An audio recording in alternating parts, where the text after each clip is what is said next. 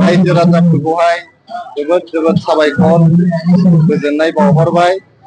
जोंनि UPPL हान्जानि गिबि सारिनि दैदेनगिरिफोर जोंनि प्रमद बर' सार, रिजिब ब्रह्म सार, इन्दिरा नार्जारी सार, गबिन्द बसुमतारी सार बयनिसिमबो गोसो गोरबोनि साबायखर जासिहरबाय, हामलायनाय जासिहरबाय। बिथांमोना आंखौ सासे बिजाथि महरै दिनै सराइबिल बिजाबनि थाखाय जे फसंदों, आंखौ जे बे बिजाथिनि जग्य होननानै सानदों, बिथांमोननिसिम जोबोद धन्यबाद होबाय। आङो आफा अबंलावरिनिसिमबो साबायखर बावहरदों आरो गोजोननाय बावहरदों आरो आरज गाबहरदों गोदोनिफ्राय जाहाथे आंखौ आशीर्बाद मोनबाय थायो। आं जाहाथे थांनाय 20-25 बोसोर जे समाजनि थाखाय सेबा खालामबोबाय, समाजनि थाखाय मोजां खामानि मावनो सेस्था खालामबोबाय। दा बे मोजां खामानि मावनायनि जे धारा बा दाहार, बे दाहारखौ आं लांबाय थानो हाथों बेखौनो मिजिंथिदों। आं जुदि दिनै सराइबिलनि बिजाथि, गाबोन जुदि आङो रायजोनि प्रतिनिधि जायोबा, पाब्लिक रिप्रेजेन्टेटिभ जायोबा, सराइबिल समस्तिखौ 40टा समस्तियावनो बयनिफ्रायबो साबना हामनासिन समस्ति बोरै बानायनो बेनि थाखाय नाजालांगोन। मोनफ्रोमबो हारि माहारिफोरनि थाखाय बिथांमोननि राव थुनलाइ, बिथांमोननि सिनायथि, जारिमिन गासिबो जौगाहोनो थाखाय आं नाजागोन। थालांनाय न'खरफोर, थालांनाय हारिफोरखौहाय बोरै बोखांलांनो बेनि थाखाय खामानि मावलांगोन। आरो जिहेतु प्रमद बर' सारनि दैदेननायाव थांनाय 5 बोसोर गोजोना फैफिनबाय, जोङो मोनफ्रोमबो जाथि जनगोष्ठियानो न्याय मोनबाय आरो जौगानायनि जे दाहार, बे दाहारा गोख्रैयै बोहैनो हमबाय। दा बे दाहारखौनो गोख्रैसिनै बोहैहोनो थाखाय 2025 मायथाइनिफ्राय 2030 मायथाइसिम जिहेतु प्रमद बर' सारनि सरकार फैफिनगासिनो दङ, गोबां बिबांनि मासि देरहानानै प्रमद बर' सारा बिटिआरनि चिफ जानो थांगासिनो दङ। बे प्रमद बर' सारनि सरकाराव आरो बिथांनि दैदेननायाव आं सराइबिल समस्तिनिफ्राय सरकाराव गोग्गोम भाबै बाहागो लानानै सराइबिल ओनसोलजों लोगोसे सारा बिटिआरनि जौगाखांनायनि आं हाबा मावनो थाखाय दिनैहाय थिरांथा लाबाय। रायजो राजाफ्रा जोबोद अनसायदों। आं बे जायगायावनो जोनोम, बे जायगायावनो देरनाय, बे जायगायावनो फरायनाय, गतिके गोदोनिफ्रायनो आंखौ रायजो राजाफ्रा मिथियो। बे ओनसोलाव समाजनि हाबा मावनायनि खेत्रनि थाखायबो आं सिनायो। आं जिहेतु मोनसे समाज सिबि संस्थाजोंहाय जड़ित दङमोन, समाज सिबिनायानो आंनि प्रफेसनमोन। गतिके दिनै रायजो राजाफ्रा बयबो आंखौ आशीर्बाद होगोन होननानै आं मिजिंथियो।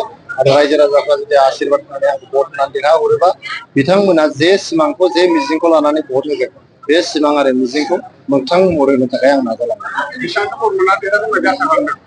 रायजो राजाफ्रा बेसेबां भट होगोन, बेसेबां बिबाङाव देरहागोन बेखौ दिनैनो बुंनाया थिग नङा।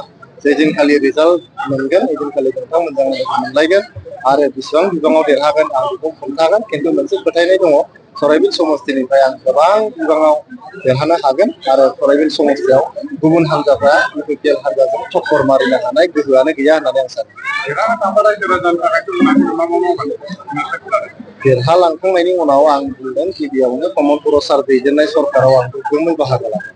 बेनि उनाव सराइबिल समस्तिखौ 40टा बिटिआरनि समस्तिफोरनि गेजेराव बयनिफ्रायबो साबना हामनासिन खालामनो थाखाय आं नाजागोन।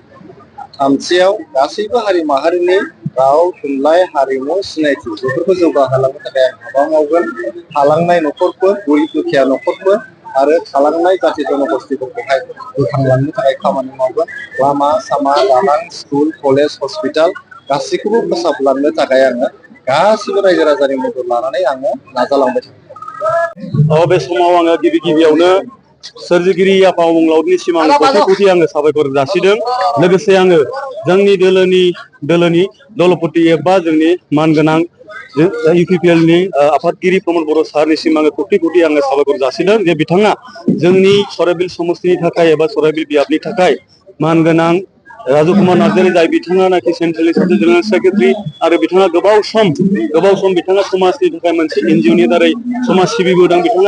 बिथां बायदि सासे समाज सिबियारि आरो सासे गोख्रों लिडारखौ मोननानै जोंनि समस्तियाव बिजाथि मोननानै जों जोबोद गोजोननाय मोनदों आरो सराइबिल समस्तिनि रायजो राजाफ्रा राजु कुमार नार्जारि बिथांखौ सराइबिल समस्तियाव बिपुल भटआव देरहाहोनो थांगासिनो दं। बे दिनैनि थारिखआव रोखा जानानै दङ। बेनिखायनो आङो इसोरनिसिम सोरजिगिरिनिसिम साबायखर जासिनायजों लोगोसे आङो फिन खेबसेबाव जोंनि मानगोनां प्रमद बर' सार जोंनि इउपिपिएल दोलोनि जा दैदेनगिरिफोर दिनै इउजि ब्रह्म सारनिफ्राय आरम्भ खालामनाय जेसेबां जोंनि दैदेनगिरिफोर दङ बिथांमोनखौ आङो साफ्रोमखौबो आङो खौथि आं साबायखर जासिदों जे बिथांमोना जोंनो जोंनि समस्तिनि थाखाय सासे गोख्रों लिडारखौ जोंनि केन्डिडेट हिसाबै हरनायनि थाखाय